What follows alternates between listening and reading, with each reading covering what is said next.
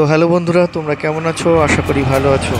চলো আজকে বেরিয়ে পড়েছি নতুন একটা ব্লগে, বনগাঁ থেকে চাকদার গঙ্গা।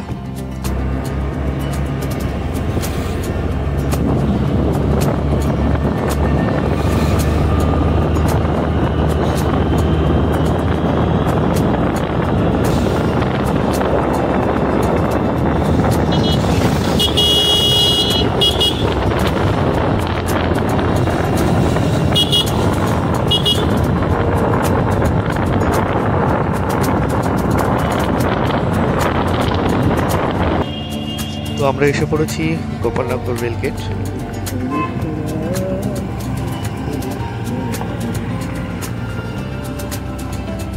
তো আমরা গোপালনগর রেলগেট ক্রস করছি।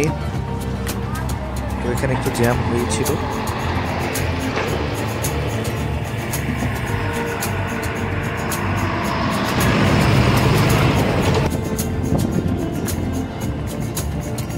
তো বুঝতেই পারছো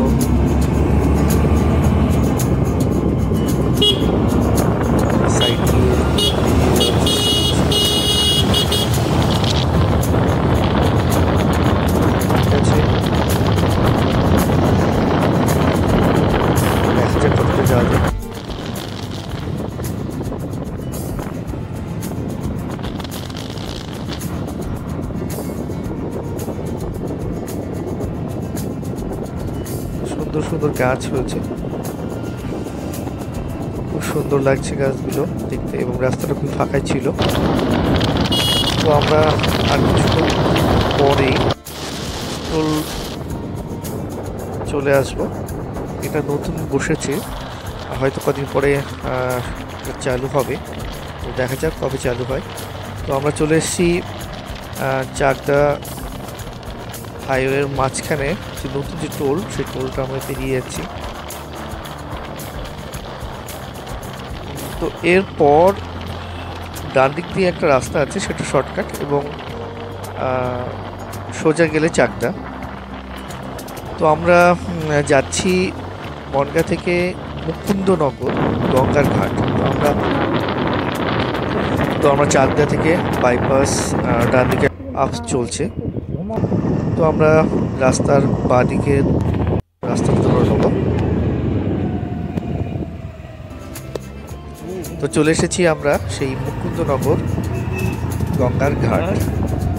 তো এখানে খুব সুন্দর দেখতে পাচ্ছ, এটা হচ্ছে চাকদা, বনগাঁ এবং অন্য জায়গায় যে গঙ্গার জল পাইপ লাইনের মাধ্যমে।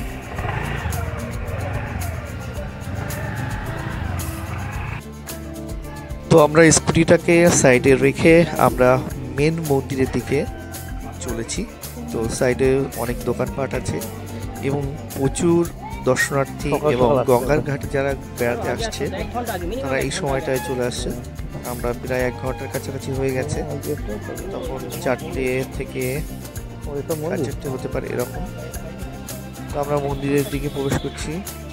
তো দেখতেই পাচ্ছ মন্দিরের সামনে সবাই যাচ্ছে ভেতরটা। আমরাও মন্দিরের ভেতরে প্রবেশ করছি। অনেকে এসেছে বেড়াতে, গঙ্গার জল নিয়ে যাচ্ছে ড্রামে করে। আমরা একটা মস্ত বড় হাতিও দেখতে পেয়েছি। তো আমার বাঁ দিকে হচ্ছে সেই মন্দিরটা। মন্দিরের পাশে আরেকটি মন্দির আছে। এটা হচ্ছে সেই মুকুন্দপুর ঘাটের মেন, যেটা ঘাট বলা যেতে পারে। স্নানের জন্য খুব সুন্দর একটা জায়গা করে রেখেছে, যাতে লোক স্রোতে না চলে যায়, তার জন্য ব্যারিকেড করা আছে। খুব সুন্দর এই জায়গাটা। যদি তোমরা মনে করো এখানে আসতে চাও, অবশ্যই একবার ঘুরে যেও। চাকদাহ মুকুন্দনগর ঘাট, গঙ্গার ঘাট। দূরে দক্ষিণেশ্বর বা অন্য কোথাও না গিয়ে কাছে, বনগাঁ থেকে একটু কাছেই হয় আমাদের এই ঘাটটা। জলটা খুব পরিষ্কার আছে। এখান থেকে জল নিয়ে হয়তো সবাই যাচ্ছে। সামনে এই সুন্দর মন্দিরটা। তো বন্ধুরা, কেমন লাগছে অবশ্যই জানিও, কমেন্ট করো। তোমরা কি ঘাটে এসেছো কখনো? আর যদি এসে থাকো তো কেমন লেগেছে সেটাও জানিও। আমি প্রথমবার এলাম, তো আমার তো খুব ভালো লাগছে। তো মন্দির সাইডগুলো আরেকটু দেখে নিচ্ছি।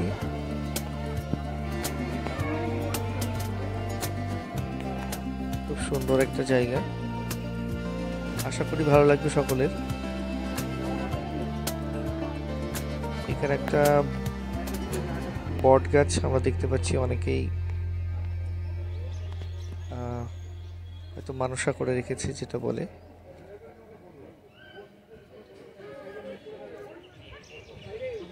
বট গাছে অনেক ইট আছে, ইট দিয়ে বাঁধা আছে। তো পাশে আমরা একটা ডাইনোসরকে দেখতে পেলাম, হাঁ করে রয়েছে, খুব সুন্দর লাগছে। আমরা কাছে যাওয়ার চেষ্টা করছিলাম কিন্তু থাক।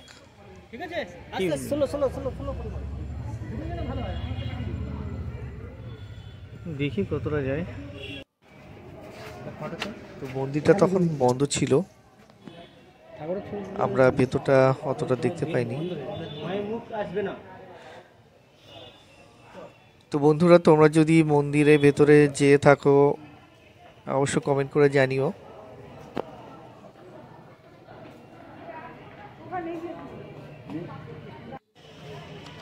তো আমরা চলে এসেছি মন্দিরের আরেকটা সাইড, অশ্বত্থ গাছ। এখানেও একটা মন্দির আছে, সুন্দর একটা মন্দির।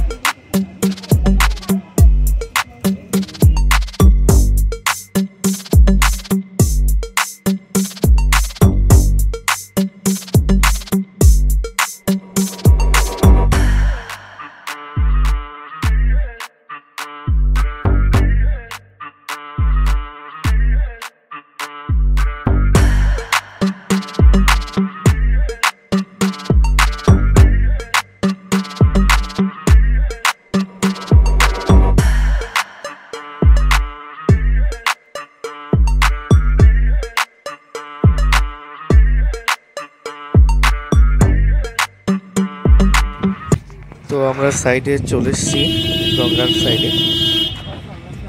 তো মনে হচ্ছে জোয়ার আসছে এবং মেঘও করেছিল অনেকটা।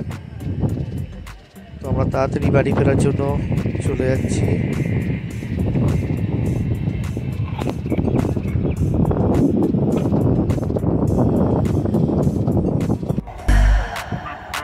তারপর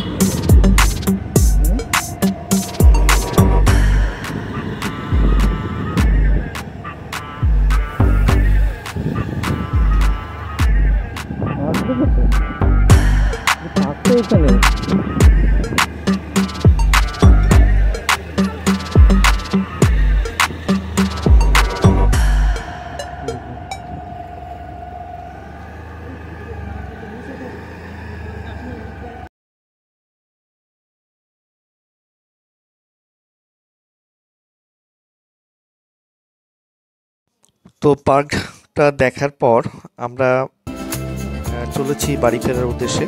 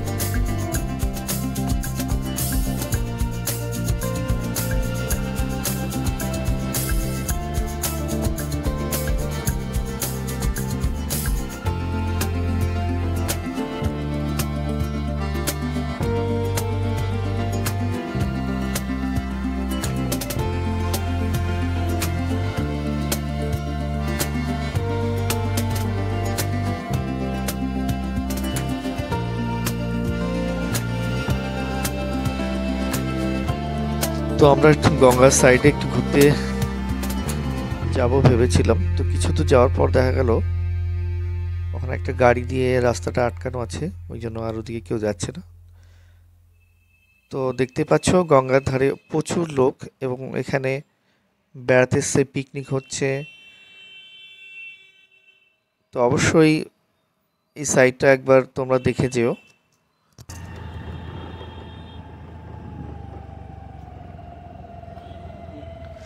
তো চলো এবার বাড়ি ফেরার পালা। তো আমরা ডান দিক দিয়ে বেরিয়ে পড়েছি বনগাঁর উদ্দেশ্যে।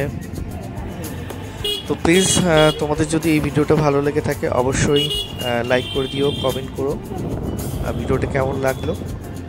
আর যাওয়ার সময় প্লিজ আমার চ্যানেলটি সাবস্ক্রাইব করে দিও RH মোটো বাইকার। তো দেখা হবে নতুন একটা ব্লগে, নতুন একটা ভিডিও। আর যদি তোমরা বলো যে কাছে কোথাও ভালো জায়গা আছে তো অবশ্যই সেখানে আমি চলে যাব আমার স্কুটি নিয়ে নতুন একটা ব্লগের জন্য। সবাইকে আজ ধন্যবাদ আমার ভিডিওটা পুরোটা দেখার জন্য। তো দেখা হবে নেক্সট ভিডিওতে। তো চল,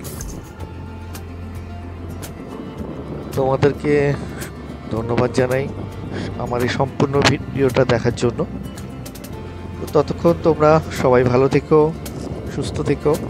আর স্কুটি বা বাইক নিয়ে যাওয়ার সময় অবশ্যই হেলমেট ব্যবহার করো। Safe drive, save life.